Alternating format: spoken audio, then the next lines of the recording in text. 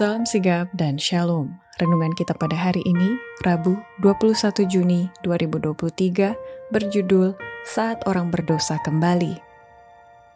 Ayat intinya terdapat di dalam Lukas 15 ayat 9. Dan kalau ia telah menemukannya, ia memanggil sahabat-sahabat dan tetangga-tetangganya, serta berkata, "Bersukacitalah bersama-sama dengan aku, sebab dirhamku yang hilang itu telah kutemukan."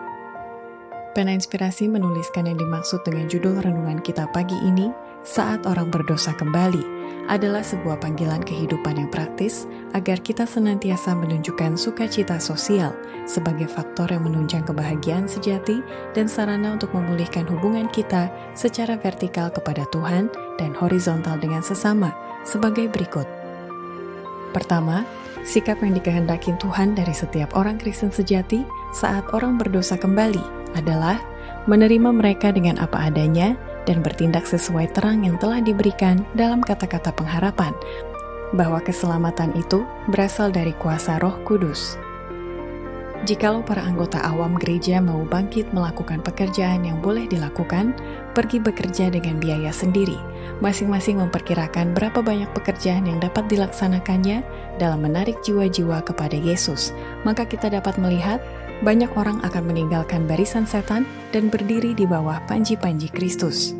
Jika anggota gereja kita bertindak sesuai terang yang telah diberikan dalam kata-kata petunjuk ini, kita akan melihat keselamatan yang dari Allah. Kebangunan rohani luar biasa akan menyusul, orang-orang berdosa akan dipertobatkan, dan banyaklah jiwa yang ditambahkan ke dalam gereja.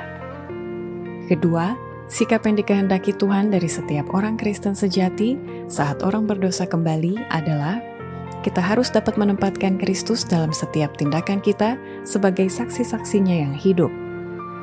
Semua orang yang akan memasuki kota Allah selama hidupnya di dunia ini haruslah menempatkan Kristus dalam setiap tindakan mereka.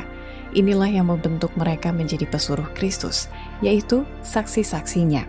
Mereka memegang kesaksian tertentu yang sederhana, melawan segala praktik jahat, mengarahkan orang-orang berdosa kepada anak domba Allah yang telah menghapuskan dosa dunia ini.